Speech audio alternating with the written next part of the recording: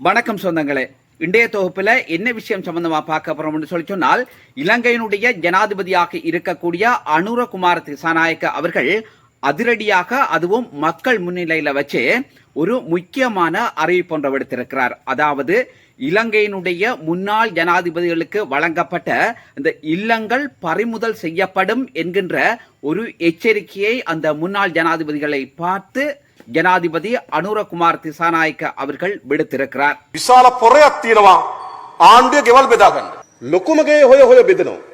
අපි කිසිව අමාත්‍යවරයෙකුට ආණ්ඩුව ගෙයක් දෙන්නේ නැහැ. ගෙවල් ඔක්කොම රාජ්‍ය පරිපාලන අමාත්‍යාංශයට බාරගත්තා.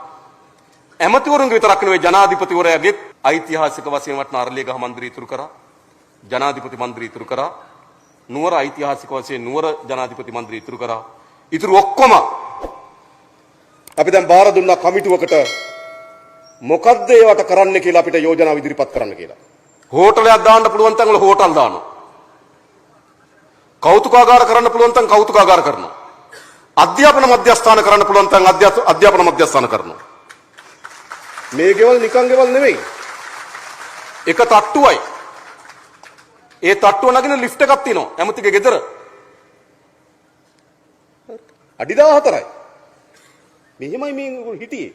ඔක්කොම පවරගෙන තියෙන ආණ්ඩුවට ආපහු රාජ්‍ය පරිපාලන අමාත්‍යාංශයට පවරගෙන දැන් අපි කමිටුවක් පත් කරලා තියෙනවා. මොනවද මේ ගෙවල් වලට කරන්නේ? கொழும்பிலே இருக்கின்ற ஜனாதிபதியினுடைய மாளிகை, அதே போன்று கண்டியிலே இருக்கக்கூடிய ஜனாதிபதியினுடைய மாளிகை, அலரி மாளிகை தவிர்ந்த ஏனைவை அனைத்துமே பறிமுதல் செய்யப்படும் என்கின்ற ஒரு கோரிக்கையை விடுத்திருக்கிறார். இதிலே முக்கியமான விஷயம் என்னன்னு சொல்லி சொன்னால், முன்னாள் ஜனாதிபதியாக இருந்த மஹிந்த ராஜபக்ஷ அவர்களுடைய இல்லத்திற்கான வாடகை மட்டும் 4.6 மில்லியன் ரூபாய் என்கின்ற விடயத்தையும் ஜனாதிபதி அனுரகுமார திசாநாயக்க அவர்கள் மிக தெளிவாக கூறியிருக்கிறார். මහින්ද රාජපක්ෂ මහත්මයා ඉන්න ගෙදර රජයේ තක්සේරු දෙපාර්තමේන්තුව යවලා තක්සේරු කරා. කීයක් වටිනවද? හරිද? තාම ඉඩම තක්සේරු කරගන්න බැරුණා, ගේ විතරක් තක්සේරු කරා. ගේ තක්සේරු අනුව මාසික කුලිය ලක්ෂ 46යි. முன்னாள் ஜனாதிபதிகளுக்கு வழங்கப்பட்ட அந்த இல்லங்கள் நிச்சயமாக அவர்கள் அந்த இல்லங்களை விட்டு வெளியேற வேண்டும், அல்லது அந்த இல்லங்களுக்கான வாடகையை செலுத்த வேண்டும் என்கின்ற கோரிக்கையையும் ஜனாதிபதி அனுரகுமார திசாநாயக்க அவர்கள் விடுத்திருக்கிறார். தற்போது இலங்கையிலே இருக்கக்கூடிய சட்டத்தின் பிரகாரம் ஒரு முன்னாள் ஜனாதிபதியினுடைய ஒரு குடியிருப்பு அல்லது அவர்களுடைய சம்பளத்தில், அதாவது 1/3 பங்கை அரசாங்கம் கையகப்படுத்துவதற்கான அனுமதி இந்த சட்டத்திற்கு இருக்கிறது என்கின்ற விடயத்தையும் ஜனாதிபதி அவர்கள் மிக தெளிவாக சொல்லியிருக்கிறார்.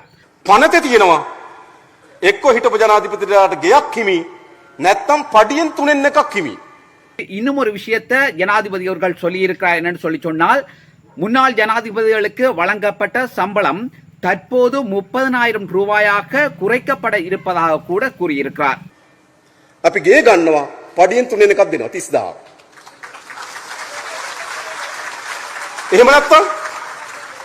එහෙම නැත්තම් ඉතුරු සල්ලි ටික දීලා ඒ ගේ ඉන්න පුළුවන්. මාසෙ කුලියට. කුලිය දුන්න නැත්තම් එළියට. කරන්න ඕනේ නැද්ද? முன்னாள் ஜனாதிபதி மஹிந்த ராஜபக்சவனுடைய மகனாக இருக்கக்கூடிய நாடாளுமன்ற உறுப்பினர் நாமல் ராஜபக்ஷ அவர்கள் பௌத்தலோக மாவட்டத்திலே இருக்கக்கூடிய மஹிந்த ராஜபக்ஷ அவர்களுடைய இல்லத்திலே தந்தையும் மகனுமாக வாழ்ந்து வந்திருக்கிறார். ஜனாதிபதியுடைய அந்த அழைப்பின் பேரிலே அல்லது அச்சத்தின் காரணமாக அவர் அந்த இல்லத்தை விட்டு வெளியேறி போயிருக்கிறார். அதே நேரம் இன்னொரு விஷயத்தை சொல்லி இருக்கிறார் தன்னுடைய தந்தையாருக்கு, நீங்களும் இந்த வீட்டை விட்டு வெளியேறுங்கோ, எதிர்காலத்தில் நாங்கள் எப்படித்தான் எதிர்த்தாலும் அல்லது எப்படி என்னதான் செய்தாலும் அது இந்த ஆட்சியில நிறைவேற போறதில்லை, நிச்சயமாக நீங்க இந்த வீட்டை விட்டு வெளியேறத்தான் வேண்டும் என்கின்ற கோரிக்கையும் நாமல் ராஜபக்ஷ அவர்கள் தன்னுடைய தந்தையை பார்த்து கூறியிருக்கிறார். ලක්ෂ 46ක් මාස කුලිය රජයේ තක්සේරු අනුව. තව ඉඩම තක්සේරු කරන්නේ නැතුව චන්ද්‍රිකා ඉන්න ගේ තක්සේරු කරන්න ගියා. එතුම කියා සති දෙකක් ලන්ඩන්, සති දෙකෙන් පස්සේ එන්න කියන. දැන් ඇවිල්ලා ඉන්නේ, දැන් යවනවා.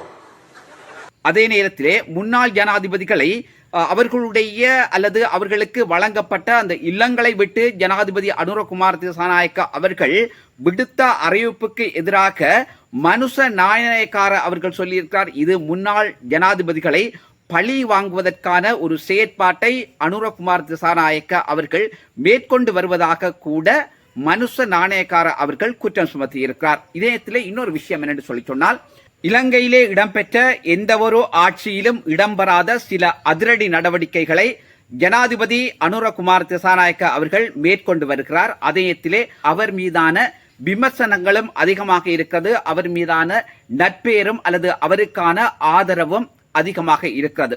இதத்திலே ஜனாதிபதி அனுரகுமார் திசாநாயக்க அவர்கள் இந்த ஆட்சி பொறுப்படுத்த பின்னர் அல்லது அவருடைய அரசாங்கம் இந்த ஆட்சியை பொறுப்பேற்ற பின்னர் எதனை செய்தார்கள் என்கின்ற கேள்வியையும் எதிர்க்கட்சிகள் அல்லது பேரினவாத சக்திகள் அல்லது சில தமிழ் கட்சிகளும் அரசாங்கத்தை பார்த்து கேட்கின்ற கேள்வியாக கூட பார்க்கக்கூடியதாக இருக்கிறது. வன்னி மாவட்ட நாடாளுமன்ற உறுப்பினரும் தெலோ அமைப்பினுடைய தலைவராகவும் இருக்கக்கூடிய செல்வம் அடைக்கல்நாதன் அவர்களை உடனடியாக கைது செய்யுமாறு அனுராதபுரம் நீதிமன்றம் அதிரடி உத்தரவை பிறப்பித்திருக்கிறது.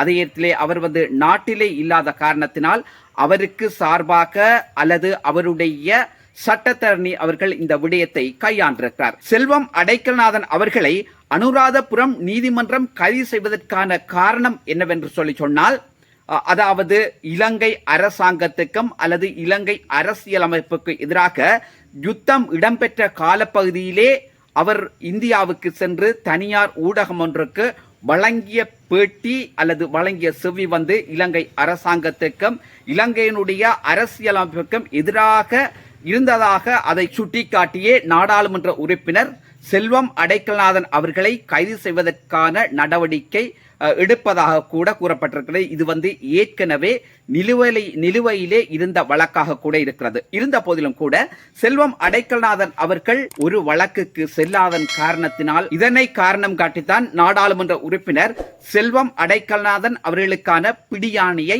அனுராதபுரம் நீதிமன்றம் விடுத்திருக்கிறது என்பதுதான் உண்மையான விஷயமாகவும் இருக்கிறது. நல்லது சொந்தங்களே, மீண்டும் ஒரு தொகுப்பினூடாக உங்கள் அனைவரையும் சந்திக்கிறேன். நன்றி, வணக்கம்.